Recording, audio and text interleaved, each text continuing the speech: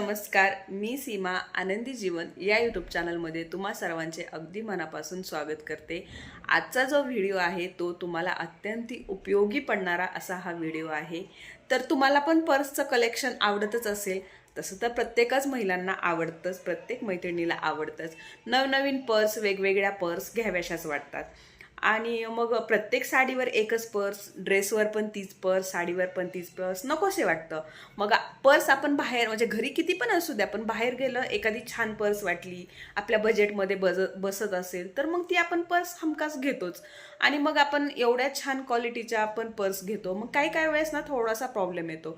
तर तो काय प्रॉब्लेम येतो आणि तो घरच्या घरी कसा तुम्ही सॉल्व करू शकता हे तुम्हाला मी आजच्या व्हिडिओमध्ये सांगणार आहे. तर तुम्ही व्हिडिओ नक्की शेवटपर्यंत पहा. व्हिडिओ आवडल्यास चॅनलला सबस्क्राईब करा आणि व्हिडिओला लाईक पण करायला विसरू नका. तर चला मी दाखवते तुम्हाला, पहिले पर्स दाखवते. तर बघा, अशी छोटीशी पर्स कुणाला नको वाटेल, बघितल्यावरती कुणालाही छानच वाटणार आहे, आवडणारच आहे. म्हणजे दिसायला बघा ही किती छान आणि अशी क्यूट दिसल्यासारखी दिसते की नाही. म्हणजे साडीवर पण तुम्ही वापरू शकता आणि ड्रेसवरती पण वगैरे चालेलच. मग आता बघा, हे पर्सचं म्हणजे मी हे काय सांगतेय तुम्ही नीट व्हिडिओ शेवटपर्यंत बघा, म्हणजे तुम्हाला पण कळेल. आता बघा, ही पर्स आहे, एवढी छान आहे. तसं माझ्या बहिणीला ना खरंच खूपच जास्त आवडे. बाहेर गेली आणि तिला छान वाटलं की हां छान वाटली, मग आवडली, आणली, हे असं असतं. आणि मग वापरायची थोडे दिवस, थोडासा काही प्रॉब्लेम आला की टाकून द्यायची. मग आता ही नवीनच पर्स आहे, हार्डली 3-4 वेळा वापरली असेल. म्हणजे अक्षरशः असं वाटतं की आत्ताच आणली आहे, एवढी नवीन पर्स आहे, मग टाकून द्यायची. भले त्याचे पैसे पण नाही भेटून गेले. मग आता असं पण नाही आहे ना, आपण एवढे खूप श्रीमंत नाही आहेत की 1-2 वेळा वापरली, थोडीशी खराब झाली आणि टाकून दिली. मग आता काय झाले बघा, हे पर्स पहिले बघून घ्या. तर हे बघा, ही अशी पर्स आहे. तर या पर्सला ना हे असं साईडनी जे आहे, तुम्हाला इथे शिलाई दिसतच असेल, ही शिलाई आहे इथे. पण हे जे लेदर आहे आणि हे याच्यामध्ये ना हे असं चिटकवलेलं आहे, ग्लूनी याला चिटकवलेलं आहे. आणि बघा, हे दिसायला पण एकदम असं फिनिशिंगमध्ये छान दिसतंय. तर बघा, एवढी छान पर्स आहे, मग टाकून द्यायची इच्छा होत नाही. मग ती म्हणे एवढी छान दिदी, मी आवडीने पर्स घेतली ग, आणि हे असं बघ ना. तर याला काय झाले, हे जे चिटकवलं होतं ना, तर हे बघा, हे असं निघून गेले. हे बघा, आता विश्वास तरी कसा ठेवायचा, घेताना तर एवढ्या छान दिसतात आणि असं वाटणार पण नाही बरं, लक्षात पण नाही येणार. कारण ही जी शिलाई दिसते ना इथं, ही अशी मोठी मोठी, तर ते असं वाटते हे दोन्ही आतल्या साईडनी पण आहे, याला या कपड्याला पण आहे. हे बघू शकता. घेता वेळेस असं आपल्याला वाटेल का की हे चिटकवले, नाही वाटत. हे असं शिवल्यासारखं वाटतं, त्यामुळे नाही निघणार असं वाटतं. आपण एवढा बारीक विचार करत नाही, बघत पण नाही. तर बघू शकता, घेताना पण आपण म्हणजे ही एक गोष्ट अजून लक्षात ठेवू शकतो की हे असं चिटकवलंय का शिवलंय ते नक्की चेक करून घ्या. तर बघा, आता हे असं म्हणजे चिटकवलेलं जे होतं तो ग्लू पूर्णपणे निघालेला आहे. मग आता काय करायचं, मग याच्यावरती म्हटलं, आधी मी असा विचार केला होता की याला परत ग्लू आणून चिटकव, पण म्हटलं ग्लू आता निघाले म्हणजे परत नाही निघणार याची काय गॅरंटी. तर मग याच्यावरती खूप सोपा उपाय आहे. तर तुम्ही काय करू शकता, बघा, आता ही पर्स आहे, मोस्टली ब्लॅक, ब्राऊन आणि असं म्हणजे थोडेफार असे मोजकेच कलर असतात. तर त्याच्यावरती ना एकदम परफेक्ट मॅचिंग धागा घ्यायचा. बघा, 6 रुपयात आपण पर्स रिपेअर करणार आहोत. हा धागा जो असतो तो 6 रुपयाला असतो. खरं तर हा काय पूर्ण लागत नाही आपल्याला, पण ठीक आहे ना. तर हे बघा, हे एकदम परफेक्ट मॅचिंग असा धागा आहे. आता माझ्याकडे धागे वगैरे असतात, तिला माहिती होतं, आणि मी काहीतरी डोकं लावणार हे पण तिला माहिती होतं, म्हणून तिनं माझ्याकडे आणून दिली आणि म्हटली दीदी बघ याला काहीतरी कर म्हणे. म्हटलं ठीक आहे. मग आता हे बघा, ह्याला मी काय करणार आहे, तर ह्याला सरळ सुई दोऱ्यांनी ना शिवणार आहे. तर ते कसं शिवायचं हे मी तुम्हाला दाखवते.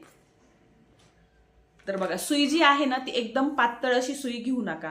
ही जी सुई म्हणजे थोडीशी अशी जाड पाहिजे, जर कारण हे थोडंसं जाड असतं, मग हे ना घुसवताना वगैरे ना सुई सहज मोडू शकते. आणि मग सुईला असं टोक पण पाहिजे, हे सुईला जरासं चांगलं टोक आहे. तर आता कसं शिवायचं तर हे मी तुम्हाला दाखवते. तर हे बघा, आता ही आतली बाजू आहे आणि ही जी बाहेरची बाजू आहे ती दिसणारी बाजू आहे. तर मग काय करायचंय, आतल्या साईडने ना ह्या साईडनी इथे ना आधी सुई आपण जो दोरा ओवून घेतलाय, दोरा थोडासा ना मी हा म्हणजे बघा, हे 4 पदरी केलाय, 4 आणि 4 8 पदरी, असं थोडा जाडसर दोरा घ्यायचा, म्हणजे काय होईल, निघणार नाही. तर ही जी टीप आहे ना, ही शिलाई, तर याच्यामध्येच आपण सुई घालणार आहोत. म्हणजे नाही का, ह्याला ऑलरेडी हे जे होल आहेत, त्याच्यामुळे आपल्याला सुई बाहेर काढायला ना सहज आणि सोपं जाईल. तर मग काय करायचं, हे याची जी टीप आहे त्याच्यामध्येच आधीच जिथं होल असेल ना तिथून सहज निघते बघा. हे बघा, सहजच एकदम सहज निघून जाते असं. तर मग आता ही परत इथं याची जी ही टीप आहे ती इथपर्यंतच आहे. तर मग इथूनच आपण परत ही सुई घालणार आहोत. म्हणजे सहज आपल्याला ना, हे तर समजा पातळ आहे, एवढं काय ना बघा, हे दिसून पण येत नाही. आणि मग आता हे पातळ असल्यामुळे एवढं काही होत नाहीये, सहज सुई आणि दोरा जातोय त्याच्यामधून. आता हा जो वरचा जे आहे ते एकदम जाडसर आहे आणि असं कडक असल्यासारखे. मग आता याच्यातून थोडंसं घालताना प्रॉब्लेम येतो. मग याला पण काय करायचं, ह्याचं जे होल आहे ना, तर तिथूनच सुई बाहेर काढायची. हे बघा, सहज येईल आहे का. होलमधून जर आपण हे सुई बाहेर काढली ना तर सहज बाहेर येते. फक्त एवढंच करायचं याला, की ह्या ज्या टिपा ज्या आहेत ना याच्या, त्याच होलमधून आपण सुईन दोरा बाहेर काढणार आहोत. आणि हे बघा, हे इथून आता इथे आहे, याचं दुसरं जे होल आहे ना ते इथे आहे.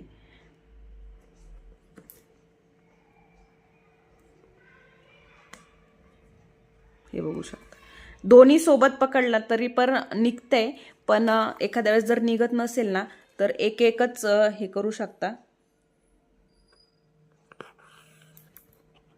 आपण जसं एखादं उसवलेलं वगैरे घरच्या घरी शिवतो ना, सेम त्याच पद्धतीनं करायचं आहे. फक्त एकच करायचं आहे की याचे जे होल आहेत तिथूनच आपल्याला फक्त सुई बाहेर काढायची आहे. म्हणजे आपल्याला सहज, आता बघा, हे होल सेम मॅचिंग नाही, म्हणजे होल हे होत नाहीये, हे आतल्या शिलाईचं आणि बाहेरच्या शिलाईचं, त्यामुळं पटकन सुई निघत नाही. तर मग आता काय करायचं, हे एक जे आहे आतल्या साईडचं कापड, तिथून पहिले सुई बाहेर काढून घ्यायची. ठीक आहे. आता हे याचं जे आहे बाहेरचं मेन, त्याचं होल आणि सुई आपण त्याच होलमधून बाहेर काढणार आहोत.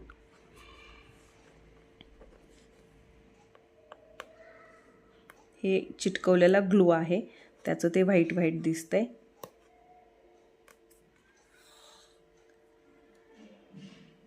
तर हे बघा, आता ना हे इथे दिसतंय होल. हे होलमधून सुई बाहेर काढली ना की लगेचच लवकर बाहेर निघतीये जास्त, आणि सुई पण मोडणार नाही, सहजच आपल्याला शिवता येईल. खूप जास्त मोठी पण सुई नका घेऊ, हातशिलाईचीच, पण ही अशी जाडमध्ये सुई पाहिजे. जर मोठी सुई घेतली ना तर हे बॅक साईडचं जे असतं, आपण जिथून दोरा घालतो, तर ते थोडंसं ब्रॉड येतं, असं पसरट येतं. त्याच्यामधून हे इथून आपल्याला काढताना ना प्रॉब्लेम येऊ शकतो. तर मी हे अशाच सेम पद्धतीने ना हे पूर्ण शिवून घेणार आहे. हे बघू शकता, हे दोन्ही सोबत घालतीये मी. हे बाहेरून आतमध्ये घालताना दोन्ही सोबत दोरा घालू शकता ह्या दोन्हीचा. फक्त बाहेरून आतल्या साईडनी बाहेरच्या साईडनी दोरा काढताना ना फक्त होल ते सेम आलं पाहिजे. होल जर एक सोबत आले शिलाईचे तरच दोरा सुई निघते, नाही तर निघत नाही.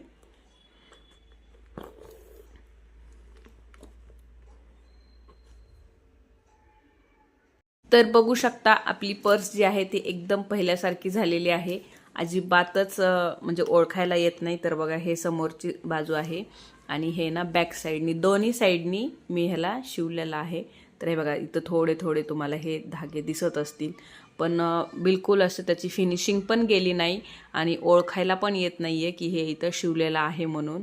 तर तुम्ही पण असं घरच्या घरी नक्की बघा ट्राय करून, म्हणजे तुमची पर्स वाया जाणार नाही, पैसे पण वेस्ट जाणार नाही. तर समजा याला अजून एक उपाय करता आला असता, चांबाराकडे नेऊन पण वगैरे शिवून आणता आलं असतं, जे चप्पल वगैरे शिवून देतात. पण कसं आहे, ते ना खूप असे लांब लांब आणि मोठे मोठे धागे घालतात आणि त्यांच्याकडची जी ते शिवायची जी सुई असते ती खूप ब्रॉड असते, मोठी, आणि खूप मोठे मोठे होल पडले असते. त्यामुळे ना मी नाही गेले आणि घरच्या घरीच म्हटलं बघूया होत आहे का ते. तर मस्तपैकी आपली हे पर्स ना पहिल्यासारखी एकदम रेडी झालेली आहे. आणि आता मी ही समोरची जी बाजू इथे पण आणि इथे पण, हे पण मला माहितीच आहे निघणारच आहे म्हणून मी जस्ट हे बघा, हे ओपन करून बघितलं तर हे निघतंय. हे बघा, हे तुमच्या समोरच दाखवते. हे म्हणजे ह्याचा जो ग्लू आहे ना तो खूपच असा हलक्या क्वालिटीचा दिसतोय, तर हे सहज निघतंय हे. तर मग मी हे पण इथे पण शिवणार आहे आणि हे नाही निघलेलं तर हे इथे पण शिवून घेणार आहे, म्हणजे परत प्रॉब्लेम नको परत हे करायला. तर अशी होती ही पर्सची आयडिया. म्हटलं तुमच्यासोबत शेअर करूया. तुम्हाला जर व्हिडिओ आवडला असेल तर नक्कीच व्हिडिओला लाईक करा, शेअर करा आणि आपल्या चॅनलला सबस्क्राईब करायला विसरू नका. व्हिडिओ शेवटपर्यंत पाहिल्याबद्दल धन्यवाद.